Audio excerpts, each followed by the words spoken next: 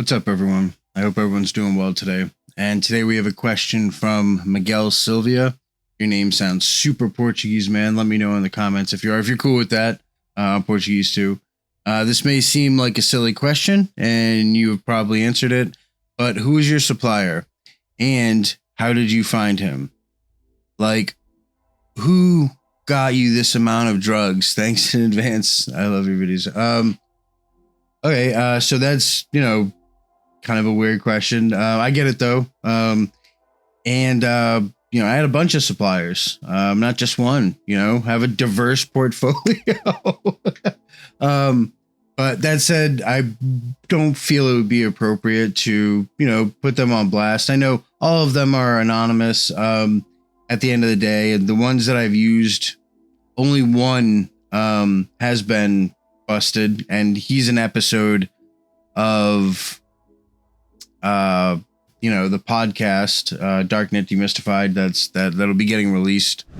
Yeah, like I wouldn't feel comfortable dropping anyone's name, even if they're a Darknet vendor and they have that anonymity. I think it's a bad practice. Like if I was on Dread, maybe I would answer this question, but being on YouTube, it's just, I don't know. It feels awkward to answer that question. Someone asked me for a name, but again, like they're anonymous. So I'm not saying that you're wrong for asking it. I'm just saying that I just don't feel comfortable answering it on this platform under this username. Like, there's a lot of things that go into that. So to answer your question about how I found them, due diligence, due diligence. So, being active on the forums is one, and that's, Darknet Market forums and forums like Dread or any other forums that you find that are available to you. Like whatever you find, like you research, and you do due diligence by looking at these different things and investigating different people. You're looking at reviews, you're looking at, and not just reviews on one site. Like if I'm on Dread and I look up a particular vendor that I'm interested in on another site, just because that, he has good reviews on Dread doesn't mean anything. I want to see him have good reviews on all 4 of the Darknet markets he's on and have those sales be current. And on top of that, see him on a variety of forums and reviews, and then when I do reach out to a vendor, I'm not going to just hop on and buy something from him. What I'm going to do is I'm going to go and I'm going to send him a message. I'm going to say, hey, I had a question about, is your cannabis organic or whatever? Stupid question, but something that he can answer in like a sentence or two. Maybe a yes or a no response, like a close-ended question. Because like if you ask,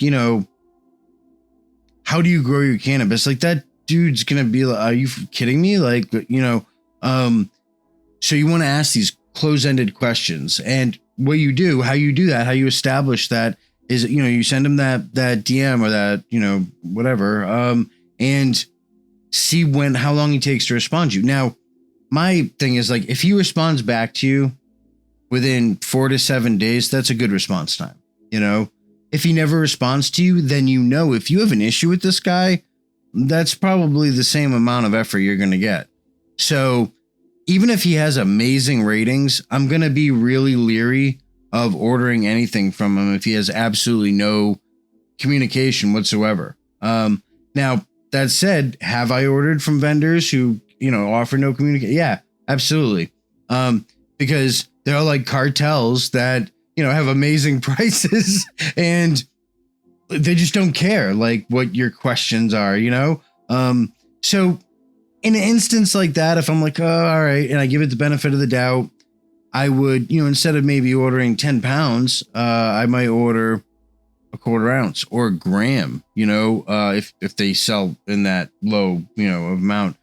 There's plenty of vendors that I've dealt with that are bulk vendors that, have great deals, great prices, great customer service, but like, your minimum order is 5 to 10 pounds. So like you have this balance, that goes back and forth. So that's really what it's about, is kind of finding your balance, doing your research, do your due diligence, And then when it's time to test the waters, there are proactive things like, sending them a message, asking them a question that you can do. Make sure it's like a sentence, don't write them a paragraph. And, I was just wondering, what the, process was for, you curing your cannabis. Do you use jars? It doesn't need to be this profound, question. Just a generic one. Hey, is this organic? Now, no matter what he says, he may say, yeah, sure. And he's dosing, everything's doused in pesticide. You don't know. Only thing you're testing right now is his response time and his, customer service, in that response time. So, if he responds to you the same day or the next day, that's really great. That would be a guy that I might consider, even if he has a bad review or two, because there's always going to be bad apples. You're always going to have people that, hop on and they ordered an ounce. They ordered, 28 grams from this guy and this guy sent 28 grams or 28.1. And now they're like, he didn't even give me a gram over, cheap bastard. And they might write a bad review about this guy because of that. And it's just, there are people with unrealistic expectations. There might be someone he said 2 to 3 days shipping and it came in 7 days. That guy, that vendor doesn't have control of the United States Postal Service. Trying to hold him accountable for things like that are just, they're unrealistic expectations, but you have people that are like that who are going to make those bad reviews. So when you see a vendor, if he has 10,000 sales, but he has 100 bad reviews, that might be something that's not actually a issue with the vendor, but it's an issue with but it's an issue with the people that he's dealing with, his clients, or they're, maybe they have unrealistic expectations. So you never know. So doing that trial run of messaging him is a great way to do it. If the vendor, you're like, yeah, but this guy's got 20,000 sales, 5 stars, whatever. I wrote him, he doesn't write me back, whatever. That might be worth it to try it out. And again, start out small, and it's oh, well, that takes extra time. Then I got to wait for it to get here. And yeah, you do. This is why I call it due diligence, is because, it's going to start off with the research, the looking him up, looking at his reviews, through all the full spectrum of on the different websites, the different darknet markets, in addition to the different forums. And then there's the testing the waters of contacting him, making a small order, seeing how it is, because someone might have great reviews, great prices, all that stuff.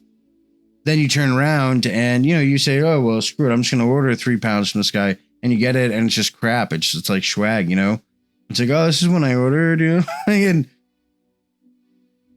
but that's what it is at that point. So that's how I would go about it. That's kind of a generic way to go about it. The other thing is, if you're willing to make international orders, then you do the same thing, but it's a little bit different because obviously it's going to take a little bit longer to come there, blah, blah, blah. But what I like to do, and how I was as a Darknet vendor in finding product, was I would go out and I would end up looking at what country produces the best hashish, what country produces the best MDMA, what country produces the best acid. And then inside of that country, I would look at all the different vendors. And because of that, it severely limits the scope. And because the quality that they're pumping out in that particular country, they're known for it. Their quality is, from what I've seen, is generally going to be a lot higher. And the price is going to be a little bit lower.